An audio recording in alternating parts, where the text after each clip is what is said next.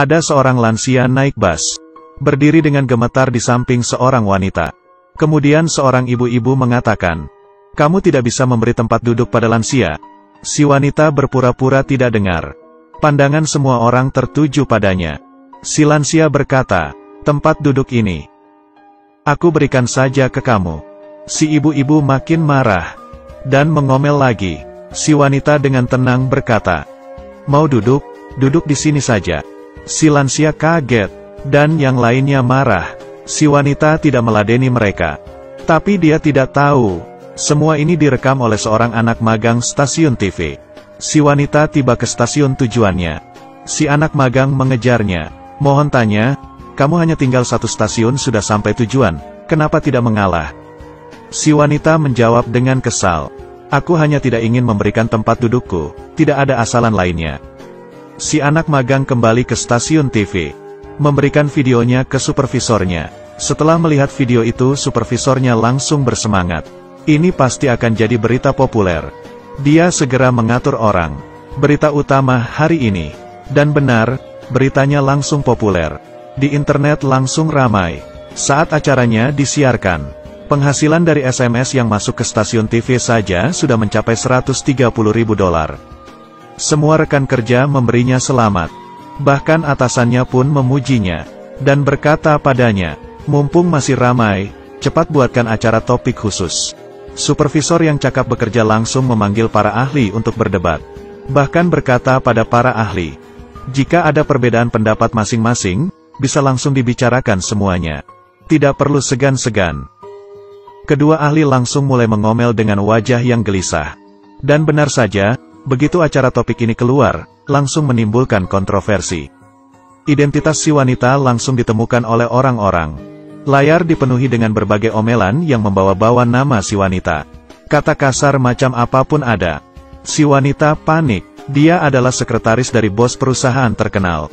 Sebelum kejadian, dia sempat meminta izin libur kepada bosnya dengan tidak wajar. "Kamu sebelumnya tidak pernah izin libur, mari kita bicarakan setelah kamu menyelesaikan masalah ini." Si wanita berkata dengan terbata-bata, "Aku tidak bisa menunggu, aku harus izin sekarang." Bosnya langsung mengerti, ada masalah. Si wanita menjadi lemas dan mulai menangis. Melihatnya sangat kasihan, bosnya jadi makin penasaran. Ternyata si wanita butuh uang. $1 juta. Bosnya tertawa dan menopangnya berdiri. Masalah yang bisa diselesaikan dengan uang, bukanlah masalah sama sekali. Aku kasih uangnya. Lalu dia membantu si wanita menghapus air mata. Si wanita menangis terseduh-seduh. Dan langsung memeluk bosnya. Tapi di saat ini, pintu berbunyi. Istri bos datang. Si wanita mengejarnya untuk menjelaskan. Tetapi istri bosnya tidak ingin mendengarnya sama sekali. Dan bosnya menutup pintu diam-diam. Setelah berita keluar keesokan harinya, si wanita menjelaskan kepada bosnya. Kemarin suasana hatinya sedang tidak baik, makanya salah bertingkah di bus. Bosnya bilang tidak masalah, aku mengerti. Aku tetap akan memberikanmu uangnya. Tiba-tiba terpikirkan olehku, kamu tidak pernah menemaniku pergi dinas. Si wanita tidak langsung menyetujui. Dan berkata kepada bosnya, tolong beri aku izin libur 1 minggu. Bosnya menyetujui sembari tertawa. Begitu keluar, si wanita memberikan semua kunci kantor ke sekretaris kedua. Sekretaris kedua berkata di mulut, kamu kan hanya izin, bukannya tidak kembali lagi kan? Tetapi tangannya malah sembunyi-sembunyi menyimpan kuncinya. Si wanita melihatnya, tidak hanya tidak berkata apa-apa. Dia bahkan memberikan kepadanya kartu nama klien yang paling penting.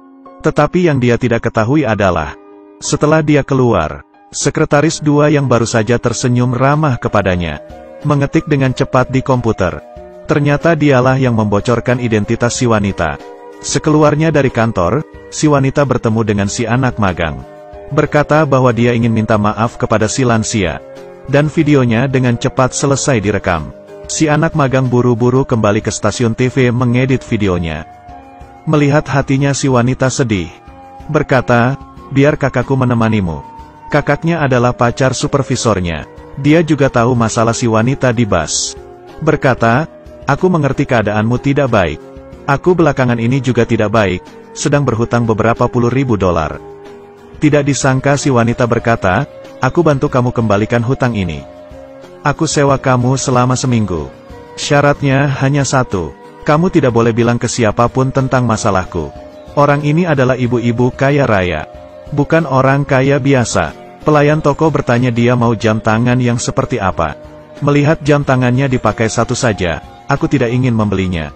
Jika dipakai 3 sekaligus, aku sangat ingin membelinya. Penjaga toko langsung membantu si ibu kaya raya membungkus barang dengan girangnya. Tetapi saat bayar, "Bu, kartu kamu diblok." Si ibu kaya raya mengganti kartu yang lain. Diblok juga. Ternyata, beberapa hari yang lalu setelah melihat si bos berpelukan dengan sekretarisnya, dia tidak bisa menahan marah, dan melaporkan ke stasiun TV bahwa si wanita merusak rumah tangga orang lain. Waktu beritanya disiarkan, sekretaris 2 yang sangat ingin naik pangkat, sengaja memperlihatkan beritanya ke klien, dan menggagalkan sebuah transaksi besar. Si bos mengantarkan kliennya pergi, lalu segera memblok kartu kredit istrinya dalam kemarahannya. Malam harinya saat istrinya pulang, dia berkata kepada suaminya, "Aku membeli jam tangan, karena ingin minta maaf sepenuh hati kepadamu. Tapi kamu malah memblok kartu kreditku." Suaminya melihatnya, "Aku mengerti. Permintaan maafmu, aku bayar." Di sisi lain, si wanita dikejar oleh netizen yang marah karena masalahnya di bus. Dia hanya bisa keluar rumah, tinggal di hotel. Dia meminta KTP si lelaki. Bilang mau membuka akun bank, dan menyimpan uang sebesar $1 juta. Si lelaki menyetujuinya. Sepulangnya ke rumah, dia melihat berita, dan bertanya kepada si supervisor, kenapa video minta maafnya belum disiarkan?" Si supervisor bilang, "Kamu pasti tidak mengerti. Kami baru saja memarah-marahinya, masa langsung membelanya kembali. Kalau begitu bukannya malah menamparkan diri sendiri.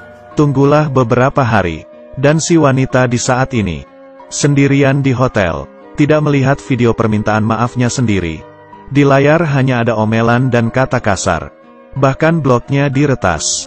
Bahkan fotonya diedit jadi foto kematian. Dia putus asa sampai tidak bisa tidur. Tetapi benar-benar sangat putus asa. Dia bahkan tidak bisa menelan obat tidur. Setelah makan dimuntahkan, setelah muntah makan lagi. Akhirnya tertidur setelah tersiksa semalaman. Keesokan harinya, si supervisor wawancara ke rumah bosnya. Bukan hanya ditolak dari rumahnya, bahkan sampai didorong keluar oleh satpam. Dia sangat marah, begitu kembali ke kantor, langsung mulai mengetik berita. Dia mengisukan bahwa perusahaan si bos tidak baik. Opini publik langsung segera memarah-marahi si bos. Api ini langsung membakar kaki si bos. Tapi si bos adalah orang yang berpengaruh. Tidak ingin merendahkan diri untuk berdebat. Langsung memerintahkan, untuk menegur mereka. Sekretaris 2 langsung inisiatif berkata bahwa si anak magang adalah temannya. Dia pergi menemui si anak magang. Memperkenalkan pemilik anak perusahaan. Mengatakan bahwa ada pekerjaan santai dengan gaji tinggi. Ternyata anak perusahaan si bos mau membuat video iklan.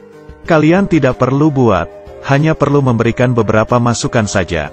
Si bos anak perusahaan bahkan berkata, "Berita soal masalah di bus itu saja, supervisor kalian bisa membuatnya dengan sangat baik." Lalu memintanya untuk memikirkannya. Si anak magang tahu bahwa si supervisor dan kakaknya sedang butuh uang untuk pembayaran uang muka. Jadi dia mengambil keputusan sendiri, menerima tawarannya.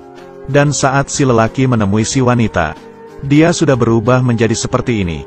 Si lelaki bilang, "Apakah perlu sampai begini demi seorang lelaki tua?" Si wanita pergi naik mobil dengannya, lalu berfoto-foto. Marahnya masih belum hilang, dia meminta si lelaki menemaninya terjun lenting. Si lelaki ketakutan. Tetapi si wanita berkata, "Kamu tidak mau gajimu. Oleh karena itu..." Si wanita akhirnya tertawa. Dia meminta si lelaki membantunya menyewa seorang pengurus rumah tangga. Biar bagaimanapun, kontrak si lelaki hanya 7 hari. Si lelaki segera menemukan orang yang tepat. Tetapi sesuai dengan peraturan, majikan harus mendaftarkan KTP. Dia memanggil si wanita masuk. Tetapi bos pengasuh ini langsung mengenali si wanita. "Kamu wanita yang punya masalah di bus itu kan?" Si wanita berkata, "Kalau iya memang kenapa? Kami tidak mampu melayanimu." Begitu keributan dimulai, di luar langsung dipenuhi oleh orang-orang dan kamera. Si wanita tidak tahan. berkata ingin berbicara berdua dengannya. Bos pengasuh berkata, "Oh, kamu masih ingin ribut?" Tetapi tak disangka, si lelaki malah ketakutan. "Kamu masuk sendiri saja, aku tunggu di luar." Si wanita tertegun. Tidak disangka dia salah menilai orang. Dia masuk dan bertengkar. Detik berikutnya, dia dikejar oleh banyak orang sampai harus kabur. Kamera terus berkedip. Si wanita menyuruh si lelaki untuk cepat-cepat kabur. Tapi saat si lelaki masih bengong-bengong, sudah terlambat. Mereka berdua difoto. Si wanita menyewa si lelaki untuk menjadi pelindungnya selama 7 hari. Tetapi si lelaki terlalu penakut. Si wanita memberinya uang lalu mengusirnya. "Kamu seorang yang pengecut." Si lelaki masih tahu malu. Jadi hanya mengambil uang untuk 6 hari. Berkata dengan sedih, "Kamu benar-benar menyakitiku." Tidak disangka si wanita menghampirinya. Memasukkan uangnya. Kompensasi mental. Si lelaki berkata, dia tidak tenang meninggalkan wanita gila ini. Sebenarnya, dia mulai suka si wanita. Dia berkata ingin melindunginya sehari lagi. Si wanita berkata, "Baiklah. Besok kita pergi menginap ke pinggiran kota." Tetapi saat ini, foto mereka berdua sudah menyebar di internet. Langsung menimbulkan kegemparan. Setelah melihatnya, supervisor segera menelepon dan bertanya. Si lelaki panik, dan berteriak marah-marah. "Semuanya karena kamu, aku terjun ke sungai juga tidak akan jadi bersih lagi." Tetapi si wanita hanya berkata, "Jangan mengamuk padaku." Si lelaki marah, berkata, "Kamu penyakitan ya?" Tetapi baru saja dia berkata-kata, si wanita langsung dengan sangat sedih berkata, "Aku memang penyakitan. Kanker limfoma tingkat akhir. Kamu puas?" Ternyata, di pagi itu, dia divonis kanker limfoma tingkat akhir. Dokter berkata, 7 hari lagi bisa mulai rawat inap. Dia awalnya ingin pinjam uang $1 juta ke bosnya untuk berobat.